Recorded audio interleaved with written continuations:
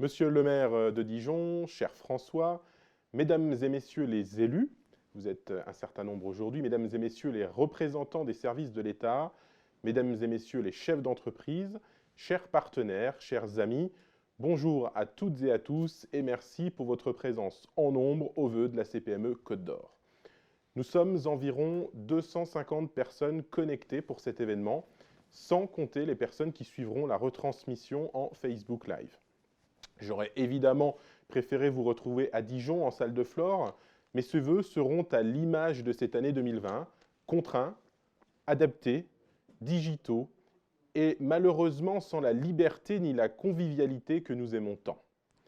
Après nos prises de parole, je répondrai à quelques questions et s'en suivra un tour de table avec les présidents de chaque branche qui nous éclaireront sur la situation actuelle dans les différents secteurs d'activité et les perspectives à venir. Nous terminerons cet événement aux alentours de midi.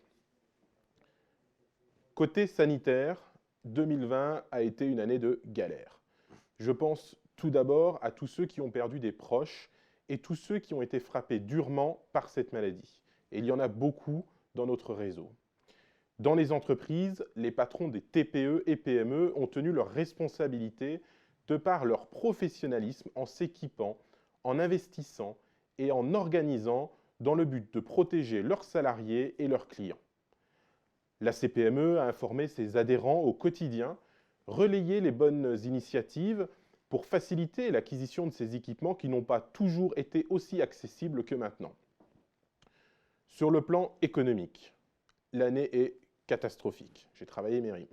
Les confinements répétés, les marches avant, les marches arrière du gouvernement, l'impossibilité de travailler pour un certain nombre ont coûté très cher aux chefs d'entreprise qui ont pu tenir grâce à leurs fonds propres, souvent constitués depuis de nombreuses années.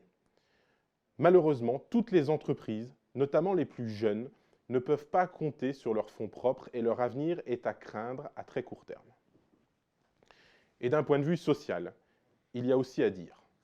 Malgré le chômage partiel, qui est une bonne mesure et nécessaire pour soutenir l'emploi, le télétravail et les arrêts pour garde d'enfants quand les écoles étaient fermées ont affaibli les PME et dégradé le moral des équipes.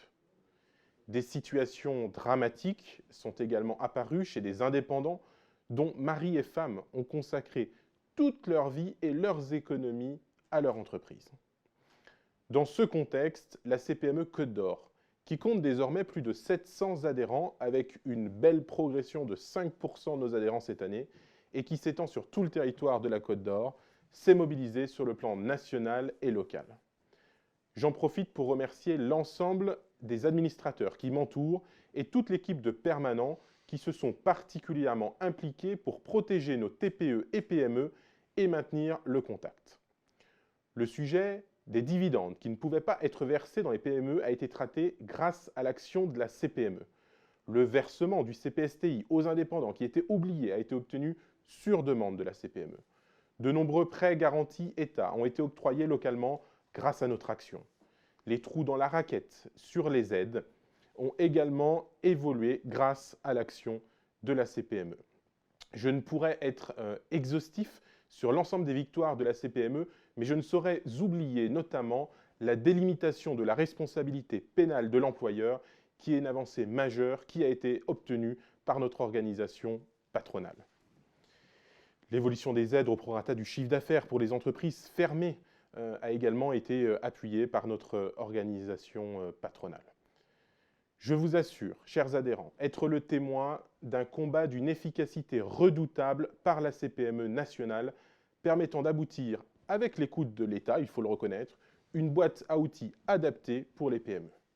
Mais notre mobilisation ne faiblit pas, car il reste beaucoup à faire. La CPME Côte d'Or est à l'initiative de nombreuses informations, négociations, interventions et communications auprès de la préfecture, auprès du conseil régional, auprès du conseil départemental, auprès de la métropole, des intercommunalités. Beaucoup effectivement également auprès de nos mandataires judiciaires. Merci notamment au président du tribunal de commerce, cher Jérôme Prince, d'être connecté aujourd'hui. Auprès du monde consulaire, merci également au président de la Chambre de commerce et d'industrie, cher Xavier Mirepoix, d'être connecté. Nos mandats sociaux également, Merci au président Gilles Clavel de l'URSSAF Bourgogne, sans oublier l'ensemble des mandats qui sont liés à l'emploi, la formation et les services fiscaux.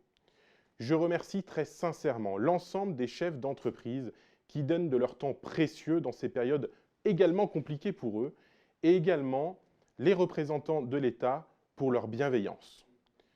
La gestion du préfet de Côte-d'Or, M. Fabien Sudry, dans le cadre des dernières manifestations à Dijon, illustre mes propos, et la CPME est particulièrement satisfaite par la protection qui a été apportée les week-ends de décembre aux commerçants dijonnais.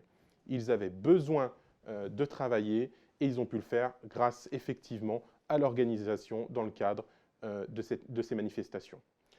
Tout ça pour dire que la CPME est plus que jamais incontournable et reste le premier syndicat interprofessionnel de notre département. Je remercie le président de la métropole, l'ensemble des élus qui l'entourent, les directeurs des services pour leur fidélité, encore témoignée ce matin à travers leur présence, et pour l'excellent travail que nous avons mené notamment sur les ouvertures des marchés, sur les ouvertures dominicales, sur les exonérations de droits de voirie, les extensions de terrasses, et dans le cadre du fonds métropolitain auquel on a été très vite associé et qui a permis de bénéficier à 68 entreprises, j'ai cru comprendre tout à l'heure, dont plus de 40% sont des adhérents à la CPME. Pour 2021, je souhaite travailler dans ces mêmes conditions avec le conseil régional, le conseil départemental et la métropole pour améliorer notre Small Business Act.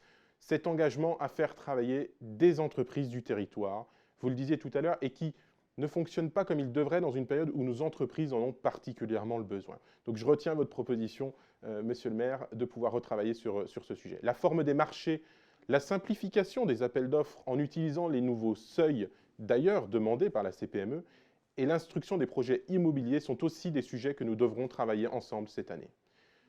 Nous appelons également toutes les collectivités à exonérer de la TLPE, notamment les restaurants, les petits commerces et toutes les entreprises qui sont fermées et contraintes de ne pas pouvoir travailler. Nos PME sont aussi des entreprises qui peuvent se différencier par leur agilité. En 2021, la CPME les accompagnera pour qu'elles s'adaptent aux nouveaux modes de consommation et pour qu'elles rattrapent leur retard en matière de digitalisation. Vous savez que c'est un sujet qui m'est cher et qui est important pour nos PME. La CPME s'est battue pour la réouverture des commerces et continuera à se mobiliser en 2021 pour réouvrir l'ensemble des entreprises encore fermées. Nous en avons besoin. Je demande à ce que le confinement ne soit pas banalisé. Confiner, c'est passer l'économie au ralenti et restreindre la liberté d'entreprendre. Se laisser bercer d'illusions par ceux qui s'abritent derrière les chiffres trompeurs d'un nombre de liquidations en baisse par rapport à l'année dernière serait une grave erreur. Un grand nombre d'entreprises vivent actuellement sous perfusion. Leur taux d'endettement a explosé et cela ne sera pas sans effet, qu'on le veuille ou non. Un des enjeux de la CPME sera donc d'accompagner les entreprises et les chefs d'entreprise en grande détresse. Cela passera par nos mandataires engagés pour défendre les PME en prévenant suffisamment tôt, par les relations avec nos partenaires bancaires, par la mise en place du projet régional de la CPME à travers le groupement de prévention agréé. J'en profite pour remercier le nouveau président de la CPME régionale, Louis Deroin, d'être également connecté avec nous. Et je le remercie pour ce travail, ainsi que Jean-Yves Interlang, qui est connecté également, qui est le commissaire au redressement productif, avec lequel nous sommes en contact sur ce dossier. La CPME Côte-d'Or s'est également structurée en formalisant un accord avec le SASTI, association qui peut proposer un accompagnement psychologique à un indépendant qui en aurait le besoin. Merci Eric, cher Eric Boudier, de t'occuper également de cette association. Lorsque le temps sera venu, il faudra mettre en œuvre le plan de relance dans les territoires à travers un pilotage qui devra permettre d'irriguer l'ensemble de nos TPE et PME et en veillant à ce que parallèlement à cela, aucune taxe ou charge assimilée n'augmente pour nos PME. Ce sont deux enjeux forts de la CPME en 2021 et j'insiste sur les différents dispositifs de relance en adressant un message à tous les acteurs publics qui les portent, communiquer et accompagner les petites entreprises pour qu'elles puissent aussi s'en saisir, c'est essentiel. Un certain nombre de propositions qui avaient été formulées par la CPME ont été reprises dans le plan de relance, à travers un volet compétitivité des entreprises, un volet sur la transition écologique et un volet sur la cohésion sociale. Nous saluons clairement ce plan de soutien à l'investissement et plus particulièrement sur la baisse des impôts de production. L'allongement de la durée du différé du prêt garanti État, qui passe de 1 an à 2 ans, est également important et nous comptons sur l'appui de nos partenaires bancaires pour aider à obtenir ce différé. Nous saluons également le soutien massif à l'apprentissage et au plan jeune, un jeune, une solution. Nous avons travaillé de concert avec l'école des métiers et la BSB, et on peut se satisfaire, je crois, d'une manière générale, du nombre de contrats d'apprentissage et d'alternance au niveau national et des entreprises qui ont joué le jeu grâce à toutes ces mesures. J'en profite pour saluer le président de l'école des métiers, Christophe Leménul, et les 2 directeurs de l'école de métiers et de la BSB, Alain Tomzac et Stéphane Bourcieux. Les chefs d'entreprise sont des combattants dans l'âme. Et c'est bien parce que le rebond ne pourra pas se faire sans ces hommes et ces femmes qui prennent tous les risques qu'il faut sauver non seulement nos entreprises, mais aussi nos chefs d'entreprise. Le vaccin doit nous permettre de reprendre une vie normale en 2021. Se faire vacciner doit être simple et efficace.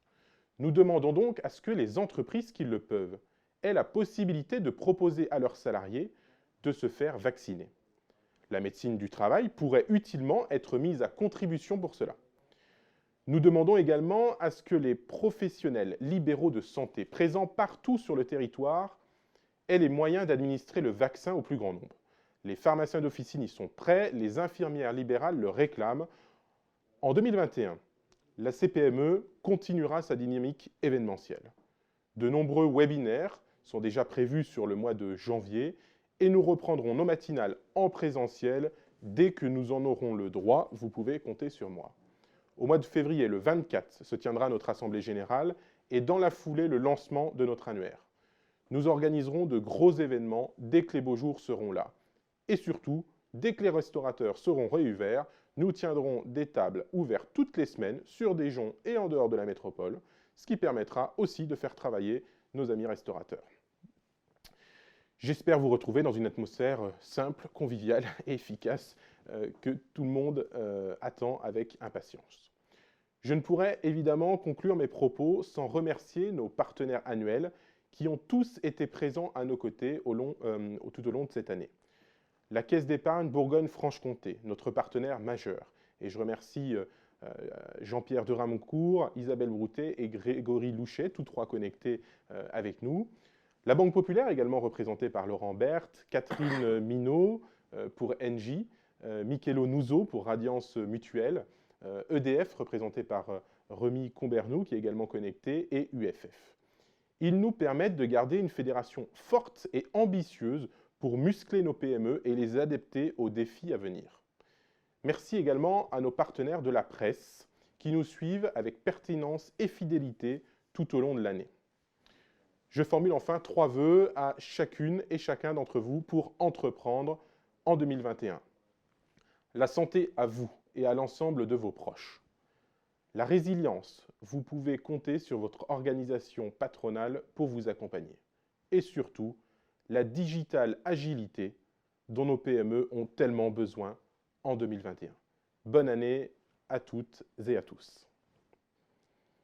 Voilà, écoutez, à défaut de descendre de l'estrade, merci en tout cas pour votre écoute et surtout merci à Monsieur le maire d'avoir été présent aujourd'hui avec nous.